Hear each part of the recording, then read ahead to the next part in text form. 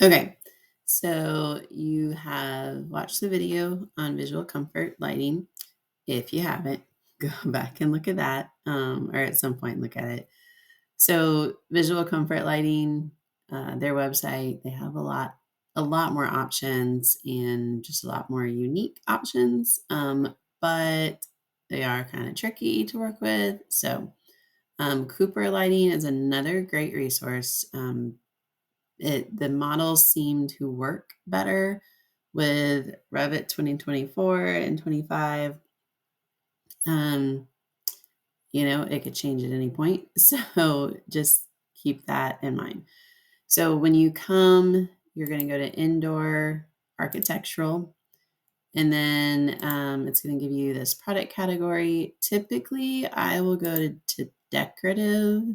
So it kind of weeds out all the more just functional ones.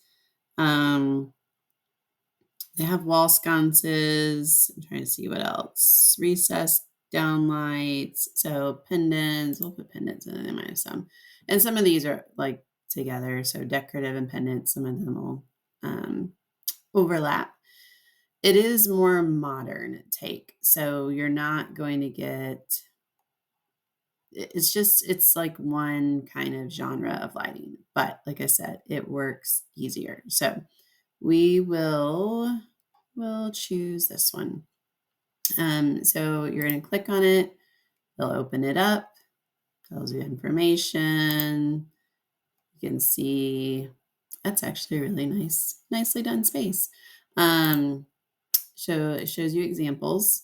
Um, and then you're going to come down to resources and specs. And this is where if they have a Revit file, which they do, and I believe they have Revit files for all of theirs so far that I found. But this will be here. You're going to click on it and it will download it for you. Again, it's going to download a zip file. So you're just going to extract this. Again, I'm going to put mine like on my desktop. However, highly recommend that you have a folder set up for your lighting. Make your life much easier. So do that. Don't do what I do. Do what I say.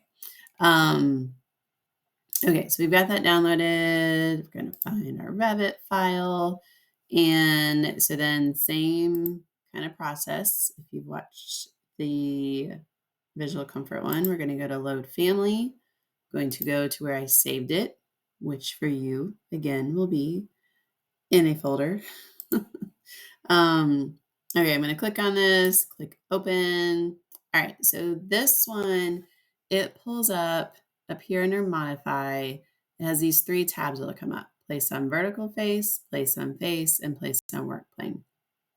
Place on face is what you want. Okay, so, and like if it's on another one, sometimes you'll see it doesn't show, or this one you can't see it.